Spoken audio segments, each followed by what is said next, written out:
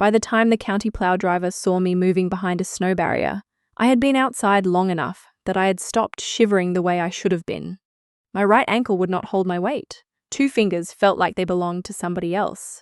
Snow had worked its way inside my boots, down my collar, into every place warmth was supposed to stay. I remember the driver asking where my car was. My brother took it. He asked where my phone was. My brother took that too. What I did not know, while I was lying there waiting for someone to find me, was that my mother had already called for help. Search and rescue had been notified that I was missing on a mountain road in a worsening blizzard. 17 minutes later, my father called back. He told them I was already home. I was not. I would not learn that until after I woke in the hospital. And even then, Dad's lie was not the worst thing I discovered about that night. To understand why my own family could reach that point, you have to understand my brother Ethan and the word my father had built around him since we were kids: hero. When Mom collapsed in our kitchen, Ethan was 16. He called 911, kept her awake, and followed the dispatcher's instructions until the ambulance arrived. She recovered. Dad turned that one frightening afternoon into the central story of our family. If Ethan said something was safe, it was safe. If he said somebody was overreacting, they were overreacting. And when Ethan and I disagreed, Dad usually asked me why I had to make things harder. Years later, Ethan became an EMT, which only made the old family story harder to challenge. I was 28 when Grandma died and left Ethan and me Silver Pine Lodge, a small mountain property she had run for decades. I had helped with the books for years. Ethan had worked summers there when he was younger, and Dad had always talked as if Ethan would someday inherit the place outright. Grandma had other ideas. Her deed made Ethan and me equal joint owners and included survivorship rights. Half belonged to him, half belonged to me. In the parking lot after the estate meeting, Ethan asked the question that should have stayed with me longer than it did. Why would she split it like that? 14 months later, a development company offered $3.2 million for Silver Pine and the surrounding land. Ethan wanted the sale immediately. I was willing to consider it, but I wanted an independent valuation, a clean accounting of the reserve, and a plan for the 4-year-round employees who had worked for Grandma for decades. Dad called the offer life-changing money. Mom said Grandma would hate seeing the lodge divide us. Nobody said the obvious thing. Grandma had given me half because she wanted my answer to matter too.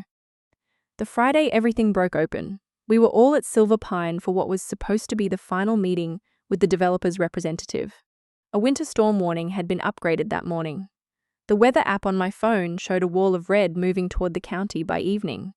The developer offered to move the meeting to Monday. Ethan refused. "We're already here," he said. "There's no point dragging this out." Dad nodded like Ethan had made the only sensible decision. I had arrived early to go through the lodge accounts one last time. That was when I found the reserve discrepancy. Silver Pine was supposed to have just over $140.000 in its emergency and operating reserve. There was less than $45.000. I sat alone at Grandma's old desk and stared at the number until I thought I had opened the wrong account. I checked again. Then I checked 6 months of transfers. There were withdrawals that had been coded as repairs, equipment, vendor payments, and temporary advances. Some matched real expenses. Several did not. One transfer for $22.500 had gone to an entity I recognized immediately, Summit Care Transport LLC, Ethan's company. I knew he had been working on a private, non-emergency medical transportation business with 2 other people. Dad had spent a year bragging about it as Ethan's next chapter. I did not know Silver Pine had financed any part of it. I printed the transfer history. When Ethan walked into Grandma's office 20 minutes later, I had the pages spread across the desk. He stopped. For the first time that day, he did not look confident. "What's this?" I asked. He shut the door behind him. "Operating expenses. Summit Care Transport is not an operating expense." He took 2 steps closer. "It was temporary. You took lodge money?" "I used reserve funds. There's a difference." "There is absolutely no difference to me. It was going back after closing." I stared at him. "How much?" He exhaled hard through his nose. "Grace." "How much?" "986. What?" His jaw tightened. $986,000.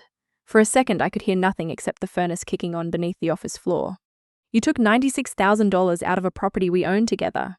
"I borrowed it. You did not ask me." "I didn't need permission for every operating decision." "That was not an operating decision. It kept my company alive.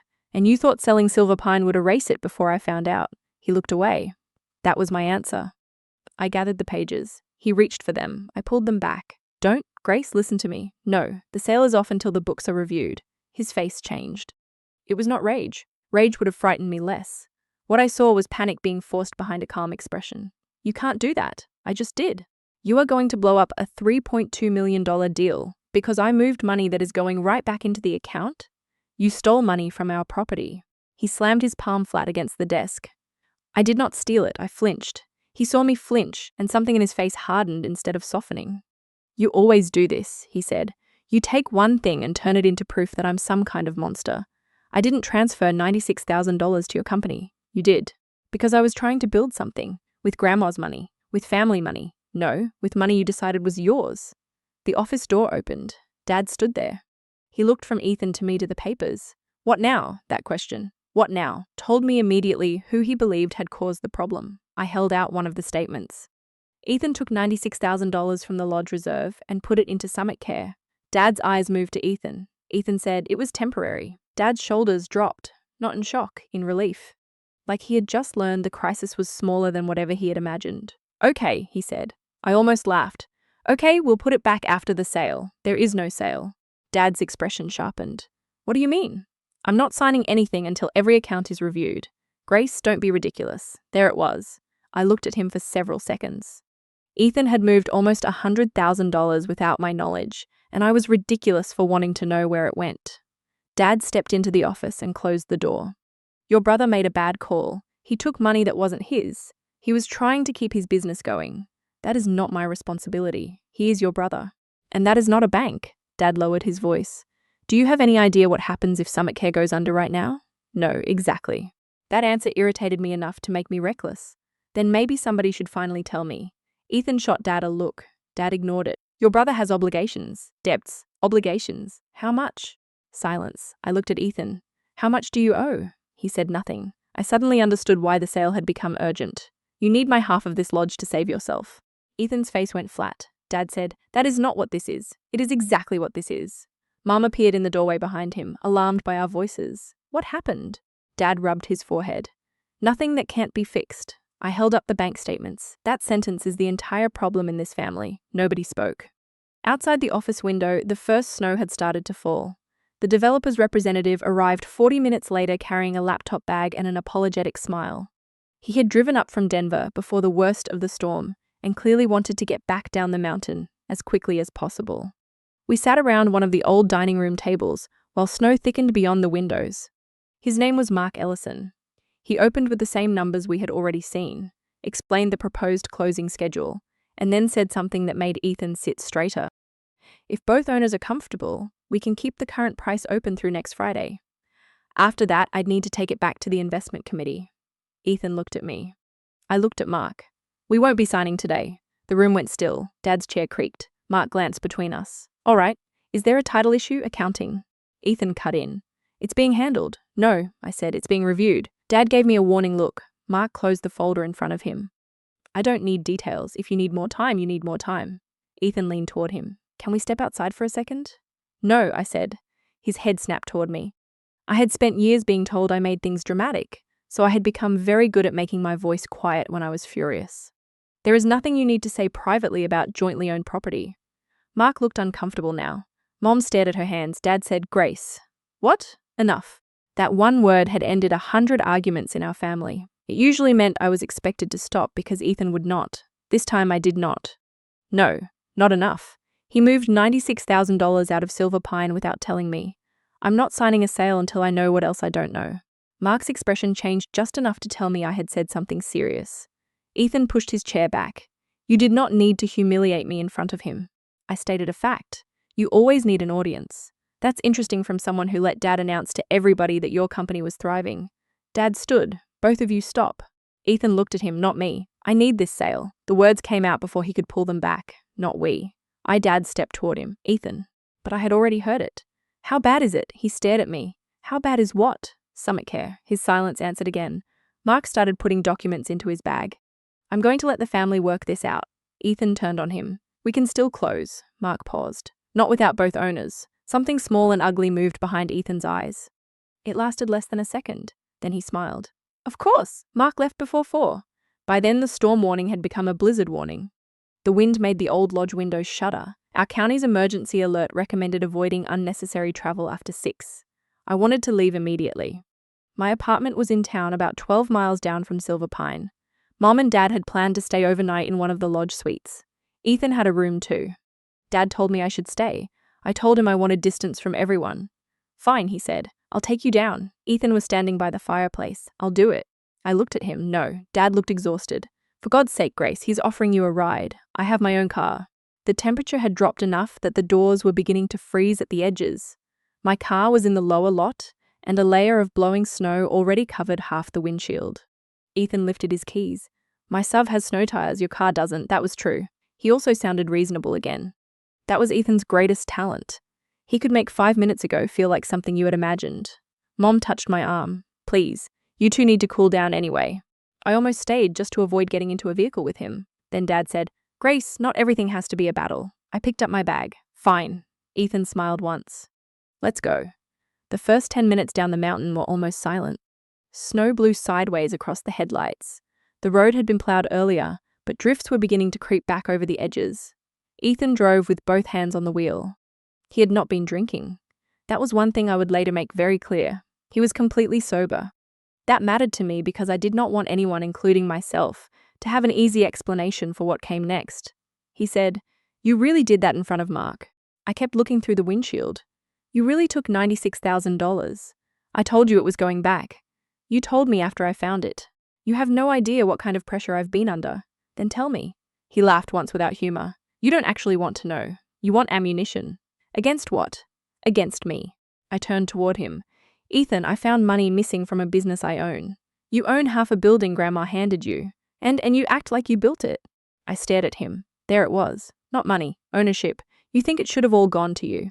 He kept his eyes on the road. I think Grandma knew who actually cared about the place. I did her books for 6 years.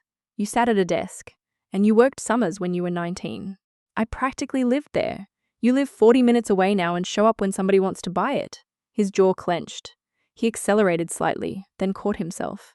You always hated that Dad believed in me, I almost answered. Then something stopped me. The sentence was too familiar. It was the family version of every disagreement. Grace was jealous.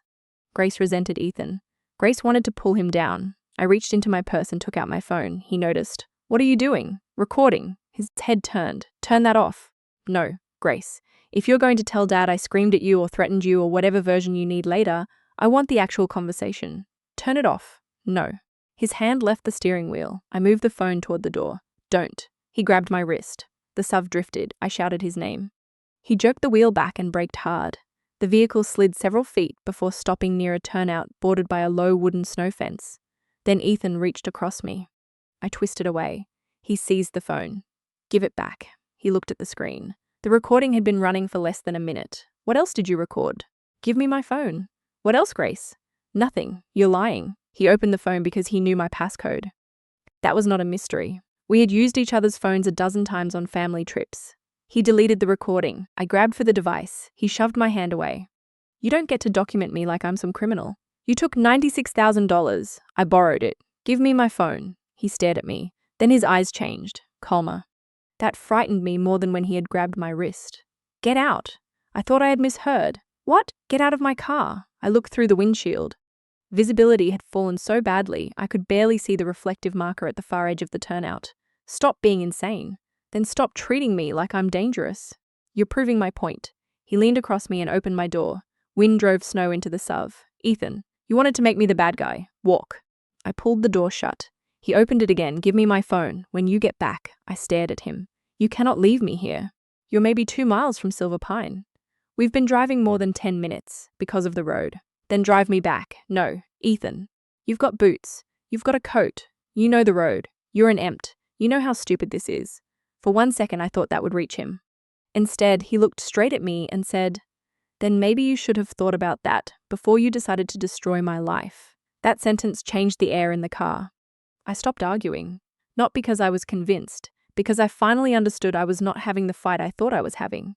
Your company is not my fault. He said nothing. Ethan, what did you do? His face went still. Outside, a gust rocked the SUV. I looked at my phone in his hand, then at him. Is there more money missing? Get out. How much trouble are you in? Get out. What happens next Friday if I don't sign? His mouth tightened. I saw fear, real fear. Then it disappeared behind anger. He reached over, unbuckled my seatbelt, and pushed my door open again. I'm done with this. I planted my feet. No. He got out, came around the front of the SUV, and opened my door from the outside. Snow whipped around him so hard that his face blurred beneath the overhead light. Ethan, stop. He took my bag from the floor and dropped it into my lap. Then he caught my forearm and pulled. I stepped out because the alternative was being dragged. My boots hit packed snow. He released me. No. You cannot leave me without it. You know where you are. I literally do not. Follow the road. He got back into the SUV. I grabbed the door before he could close it. Ethan. He looked at me. I can still see his face in that moment. Not furious. Not drunk. Not panicked. Thinking, I said, if you drive away, you know what this storm can do. He was silent long enough that I knew he understood exactly what I meant. Then he said, you'll be fine. He pulled the door from my hand. The SUV moved away. I stood in the headlights until they swung around the curve, then they vanished. Within less than a minute, the snow had covered most of his tire tracks. For the first few minutes, I was too angry to be afraid. That probably saved me. Anger kept me moving. I pulled my hood tight, tucked my hands under my arms, and started walking in the direction I thought Silver Pine was. Ethan had said 2 miles. I did not believe him, but I believed the road eventually led somewhere. The problem was that in a whiteout, a road is not a road for very long. It becomes a grey strip inside a white wall. The wind erased edges, snow-filled shallow ditches. Reflective posts appeared and disappeared like hallucinations. I counted steps because counting was better than imagining Ethan reaching the lodge, handing my phone to Dad, and telling everybody I had chosen to walk. At 300 steps, I was still furious. At 700, I could no longer feel 2 of my fingers. At some point, I stopped counting. I remember seeing what I thought was a light and leaving the road toward it. There was no light. It was a reflector on a maintenance marker. When I tried to climb back toward the road, my right foot slid out from under me. I fell maybe 6 feet down a snowy embankment. Not a dramatic cliff, just enough. My ankle folded beneath me and pain shot up my legs so sharply I screamed. The wind swallowed the sound. I lay there for several seconds staring into snow. Then I thought about Ethan saying, "You'll be fine." That made me move again. I crawled toward the maintenance marker because it was the only fixed thing I could see. Beyond it was a short wooden barrier and a metal utility box that broke some of the wind. I wedged myself behind it. I knew enough about cold to know that sitting still was dangerous. I did not know enough to understand how quickly I was already losing the ability to judge what was dangerous. I kept trying to stand. My ankle would not hold me. I kept thinking somebody would come. Dad knew I had left with Ethan. Mom knew. Ethan had my phone. Even if he lied about why I got out, they would know I was not at the lodge. They would come. That belief kept me calm longer than it should have. At the time, I still believed the only question was how long it would take Ethan to admit where he had left me. I had no idea a call for help had already been made and then undone. That truth belonged to the version of me who would wake up in a hospital and start asking why nobody came. That night, all I knew was that nobody came. By the time I heard the engine, I had stopped shivering as hard. I remember knowing that was bad. I remember trying to stand because I thought the sound might pass me. I got 1 foot under myself, collapsed, and started waving both arms instead. The engine grew louder. A pair of amber lights appeared through the snow, then disappeared. I screamed. Nothing. I screamed again. A few seconds later, the lights stopped. The vehicle reversed slowly. It was a county plow truck. The driver found me because he had noticed something dark moving behind the snow barrier. His name was Luis Ortega. I did not learn that until later either. I remember him kneeling near me and asking my name. I remember saying Grace. He asked where my car was. I said my brother took it. He asked if I had a phone. I said my brother took it. He looked at me differently after that. Then I remember heat hurting. Hands. A radio. Someone saying my temperature. Someone else asking me to keep my eyes open. After that, the night broke into pieces. I woke in a hospital room with my mother sitting beside the bed. For one disorienting second, I thought I was back at Silver Pine. Then I saw the Ive line. My right ankle was wrapped and immobilized. My hands felt swollen and wrong. My mouth was so dry that speaking hurt. Mom stood when she saw my eyes open. "Oh, thank God." She leaned over me. I turned my face away, not because I knew what she had done, because Ethan was not there. Dad was not there. And some part of me already knew I was about to hear another family explanation. Mom cried. She told me the plow driver had found me. She told me I had been dangerously hypothermic. She told me the doctors were watching for complications from cold injury, and that my ankle had a bad sprain with a small fracture. Then she said, "Ethan is devastated." I closed my eyes. That sentence almost made me laugh. Not "how are you?" Not "I am so sorry we did not find you." Ethan is devastated. What did he tell you? I asked. Mom hesitated. That you two argued. He left me there. I know. He took my phone. Her eyes dropped. I know. I looked at her. You knew? Not right away? When? Grace, please, you just woke up. When did you know? She sat back. After he got back. And you called 911. We called for help. The wording bothered me. We? I called. Then why didn't anyone come? She pressed her lips together. I watched her face. Something cold moved through me that had nothing to do with the storm. Mom. The weather was terrible. That is why search and rescue exists. She looked toward the door. I followed her eyes. Dad was standing there. He had apparently been listening. He looked older than he had 2 days earlier. For several seconds, nobody spoke.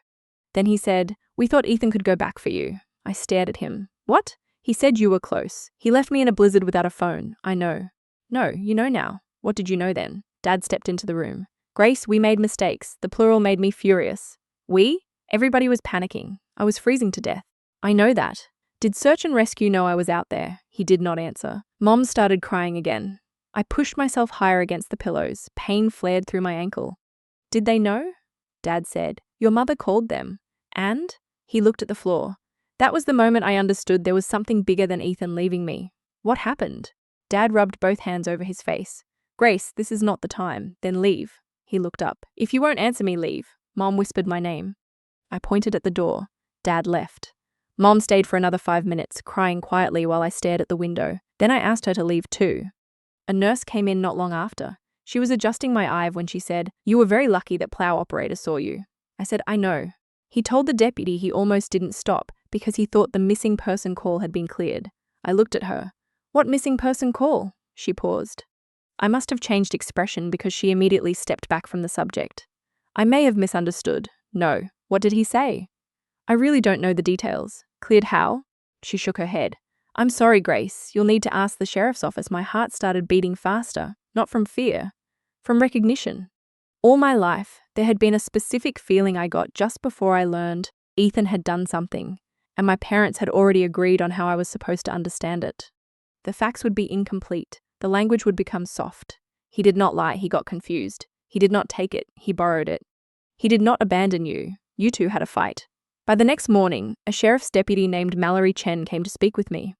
She did not tell me what to think. That alone felt strange. She asked me to describe the drive. I told her everything I remembered, the meeting, the missing money, the argument, the recording, Ethan taking my phone, the turnout. The last things he said, "You'll be fine." Deputy Chen wrote without reacting much.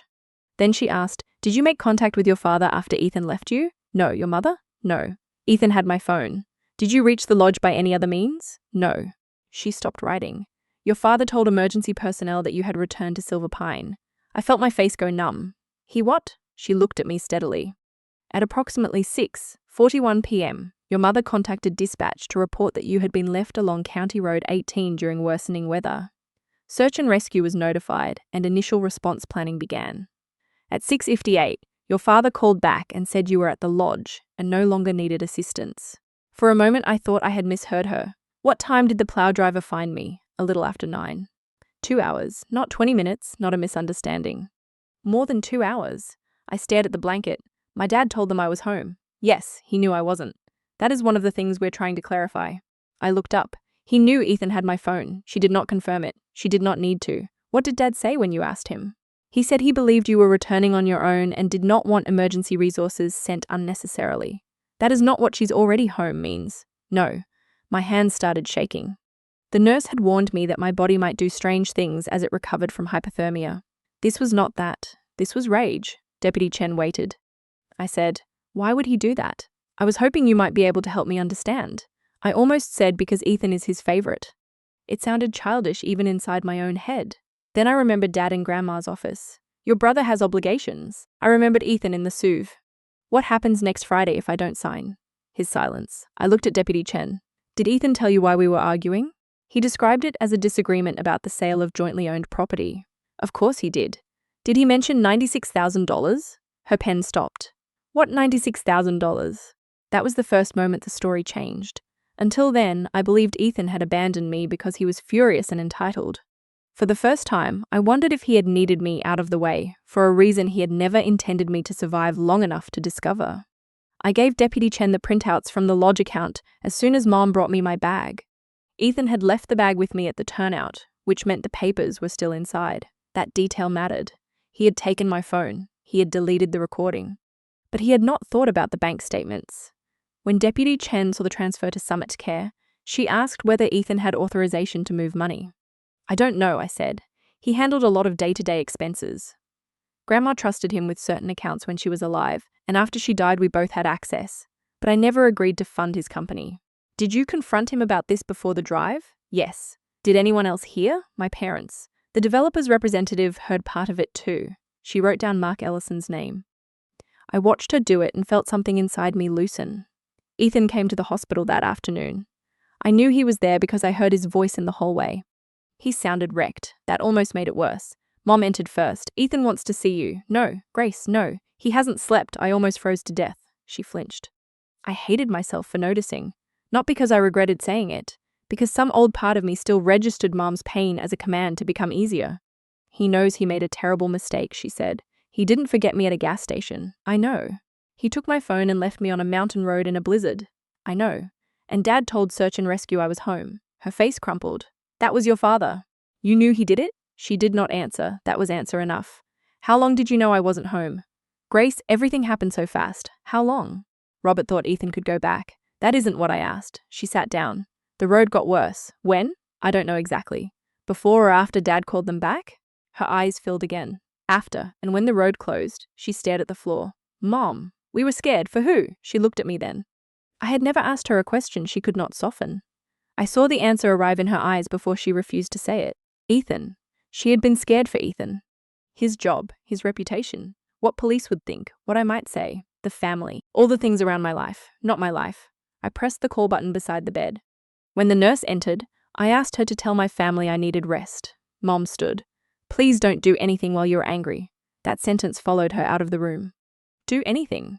As if I were the person whose next decision required supervision. I stayed in the hospital 3 nights. The cold injury to my hands improved faster than the doctors first feared.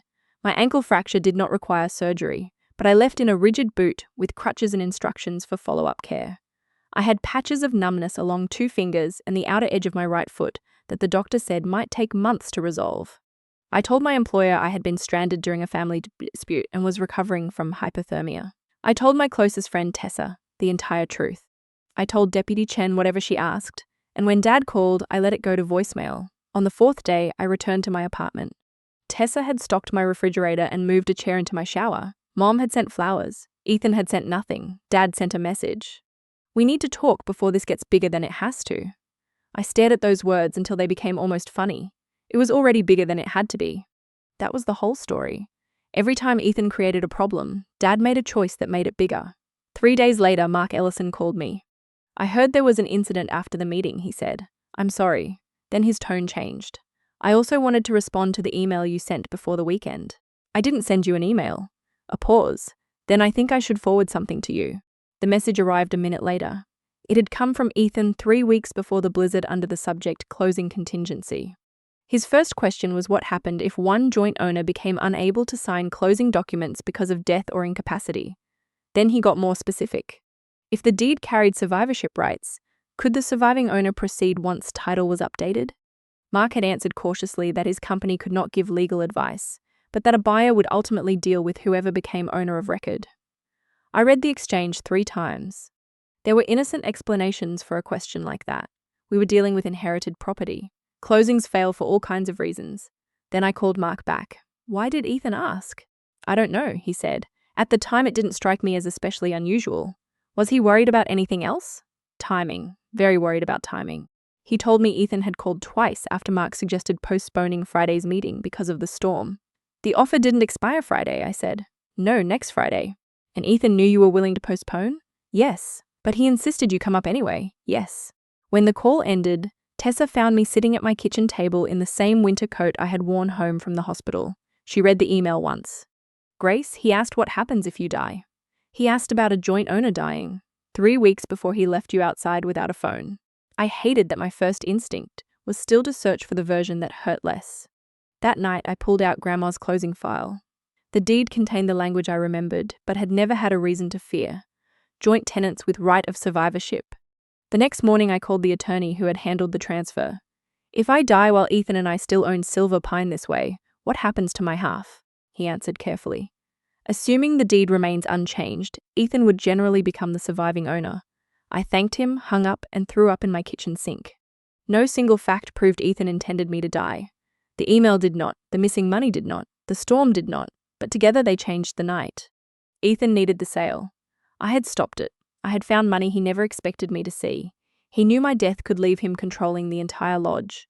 He knew the blizzard was coming, fought to keep the meeting on schedule, volunteered to drive me alone, took my phone, and left me outside.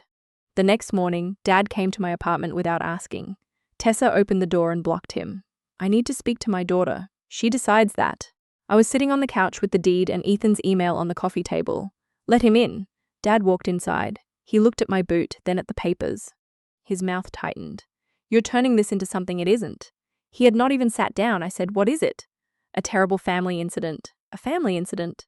Ethan should never have left you there. No, he knows that, does he? Yes. And you should never have told Search and Rescue I was home. His face changed. I have apologized for that. No, you said everybody panicked. I panicked. You lied. I thought I could get you myself. Then the road closed. He looked away. And you still didn't call them back. I was trying to figure out what to do. No, you knew what to do. His jaw flexed. You have no idea what that night was like in that lodge. I stared at him. That sentence was so offensive I almost admired it. No, Dad, I was busy outside. He flinched. Good. For once, I wanted the sentence to hurt. I picked up Ethan's email. Did you know about this? He read it. His face changed slowly. No. I handed him the deed. Did you know if I died, Ethan got the whole lodge? He looked at the page. That's not. Did you know? I knew there was survivorship language. So yes. That does not mean what you think it means. What do I think it means? That Ethan planned this. I had not said the words yet. Dad had. The room went quiet. I said, why did you go there before I did? He stared at me. What? I showed you an email where Ethan asked what happens if one owner dies. I told you he gets the whole lodge if I die. And your first instinct was to defend him against an accusation I hadn't made yet. Dad's face reddened. Because I know where your head is going. Maybe because you know your son. He is your brother. That is not an answer. He saves people for a living. I laughed once. It came out ugly. He left me to freeze. He made a terrible decision. He took my phone. He was angry. He knew the storm was coming. So did everybody. He insisted on the meeting. Because he needed the sale. He asked what happened if I died. Because we were dealing with inherited property.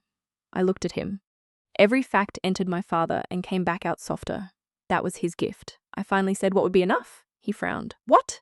What would Ethan have to do before you stopped finding the version where he meant less harm? Dad looked at me for a long time. Then he said, I'm not going to help you destroy your brother over a theory. There it was. Not I don't believe the theory. Not show me more. I'm not going to help you. The family line had moved, and Dad had already chosen which side of it he was standing on. Dad left without asking how my ankle felt. That told me more than another argument would have. 2 days later, Mom asked to come over alone. I almost said no. Then I remembered that she had been the first one to call for help. I needed to know what happened in the lodge after Ethan came back. She arrived carrying soup I did not want and an envelope I had not asked for. Inside were printouts of text messages between her and Dad from the night of the storm. I don't know if these matter, she said. They mattered to me. At 6:38, Mom had texted Dad from upstairs. Call them now. He has her phone. At 6:42, Dad replied, I am handling it. At 7:11, after Dad had already told Search and Rescue I was home, Mom wrote, the road is closing. Call them back. Dad replied, give Ethan a minute. At 7:19, he could lose everything over this. Mom wrote, Grace could be hurt. Dad did not answer for 11 minutes. That silence was harder to read than the words. I looked up at Mom. What happened in those 11 minutes? She started crying before she answered. Ethan was begging your father not to call. My stomach tightened. What was he saying? That it would look terrible. That he had made you get out, but he never meant for anything to happen. That if law enforcement got involved, they would make it sound deliberate. Was Dad going to call? I thought he was, and Ethan kept saying you knew the road. He said you were dressed for it. He said you'd probably gotten to a house or a maintenance shed. I stared at her. He's an EMT, I know. He knew what exposure does. I know. Did you say that? What did he say? Mom wiped her face. He said, then she knows too. I felt something inside me go very still. Not she'll be okay. Not I'm going back. Then she knows too. Grace understands the danger, so Grace is responsible for surviving it. It was the purest version of Ethan I had ever heard. Every advantage he had became proof that someone else deserved less. I asked Mom, why didn't you call yourself? She looked down. That was the question she had been avoiding since the hospital. I should have. Why didn't you? Your father kept saying he was handling it. You had a phone. I know. You knew I was missing. I know. You knew Ethan had my phone. Yes, and you chose Dad's decision over mine. Her face crumpled. I was scared. For Ethan. For all of you. No. I shook my head. I need you to stop saying things that include me so you don't have to admit who you chose. She cried harder. For once, I did not comfort her. After a while, she pushed the envelope toward me. There's something else. Dad had not known about the missing reserve before I confronted Ethan. Mom had not known either. But after the storm, Ethan had asked Dad for help moving money. What money? I don't know. Your father refused to tell me. Did Ethan say why? He said the developer deal had to close or Summit Care was finished. I leaned back. Mom whispered, Grace, I don't know what Ethan was thinking when he left you. Neither do I. I don't believe he wanted you dead. I looked at her. But, she covered her mouth. I don't know what I believe anymore. That was more honesty than Dad had managed. It was not forgiveness. But it was the first crack in the family mythology. The next week, I hired an independent accountant to review Silver Pine's books, not to punish Ethan, because I still owned half a business whose reserve he had raided. The accountant found the $96,000 I already knew about, and another $12,000 in lodge expenses that appeared to have benefited Summit Care indirectly. Nothing exotic. Fuel cards. Equipment billed through one entity and used by another. Small transfers Ethan clearly expected to disappear into the larger sale. My attorney also explained that I did not have to leave the survivorship structure untouched. I told him to begin changing my interests so Ethan would not automatically receive my half if I died. The developer's deadline came and went. I did not sign. 3 hours after the offer expired, Ethan came to my apartment. He looked awful, not guilty, cornered. Tessa was there, but I asked her to give us the room. She stayed in the kitchen with the door open.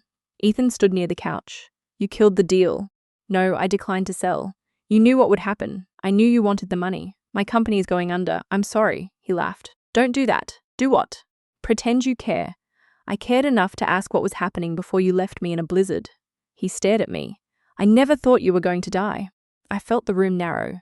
I had waited for this conversation without realizing it. You knew the storm. You had winter gear. You took my phone. You were recording me. So? You were trying to ruin me. I was trying to protect myself from your version of the story. You always think I'm lying. You stole $96,000. I was going to replace it. You needed me to sign first. Yes, the word came hard and immediate. At least he had stopped pretending that part. I said, and if I didn't? He looked at the floor. You could have walked back. That's not what I asked. His eyes came up. You were sitting on a $3 million property while I was about to lose everything. I owned half of it because Grandma put your name on a deed. There, that sentence. Say it again. What? You still think my half belongs to you. I think you had the power to fix this and chose not to. You mean I had the power to let you hide what you did? His face hardened. You think you're so clean. I didn't take your money. I spent my 20s taking care of Mom when she was sick. You called 911 once when you were 16. His expression changed. I had never said it like that before. Dad's sacred family story reduced to the event itself. Not myth, fact. Ethan stepped closer. I built a career helping people. And then you left your sister outside in a blizzard because she found your theft. I did not leave you there to die. Then why did you take my phone? Because you were recording me. Why did you keep the meeting during a blizzard? We needed the sale. Why did you ask Mark what happens if one owner dies? He froze. It was small, but I saw it. You talked to Mark. Yes, that was a closing question. 3 weeks before you left me outside. You are insane, maybe. I reached for the deed file, but here's the part I know now. If I had died, you would have gotten the entire lodge. He stared at the papers. I watched his face. I wanted a confession. I wanted one clean sentence that would make every doubt disappear. Instead, he gave me something worse. He said, You think I knew you were going to die? No. He blinked. That was not the answer he expected. I think you knew I might. His mouth opened. I continued. And I think that was good enough for you. He said nothing.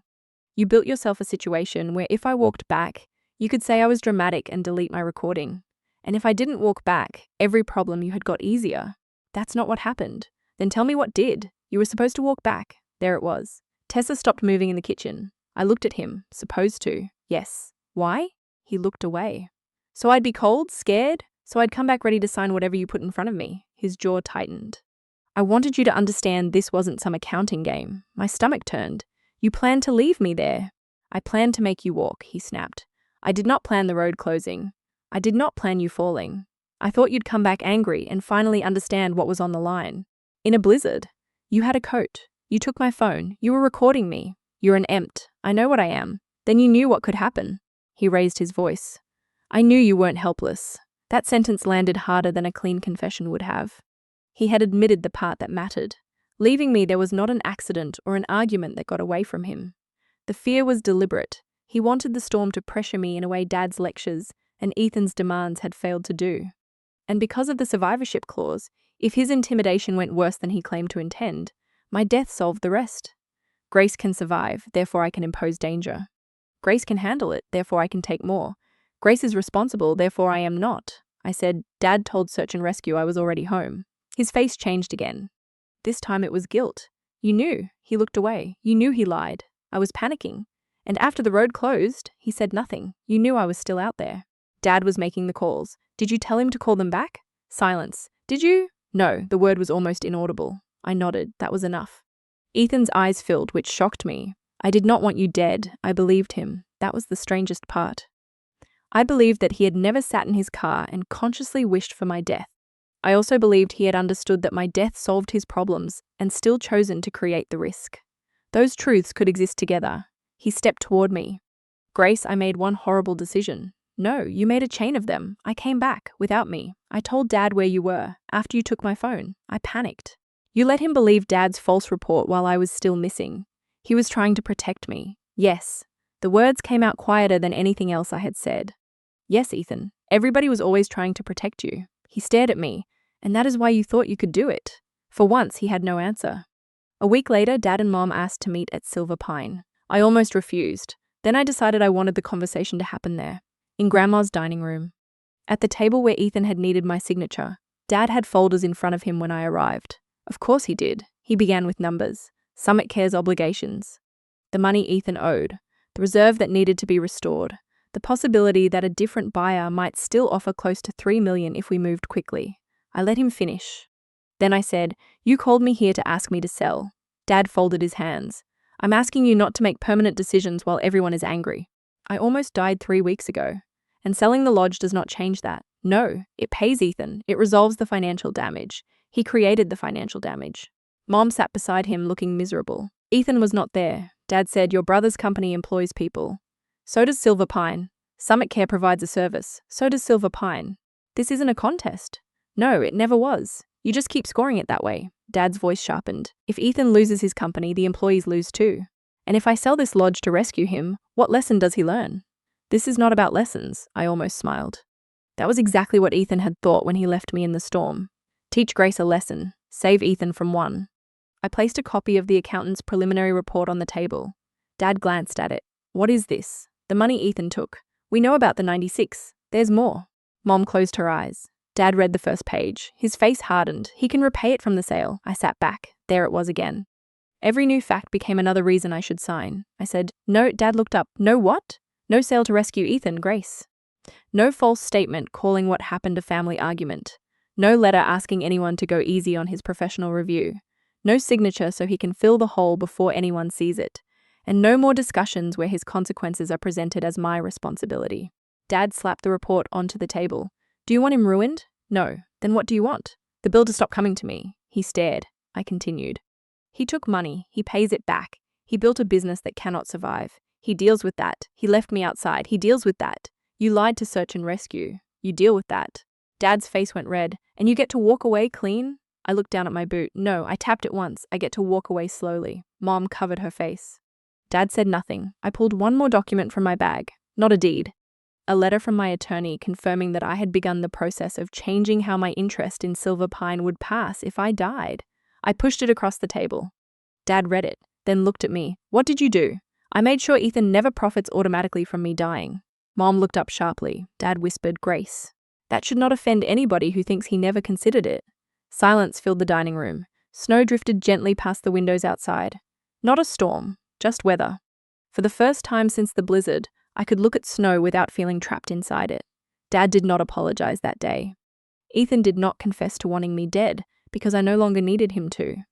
He had already admitted that leaving me outside was deliberate. The sheriff's investigation continued.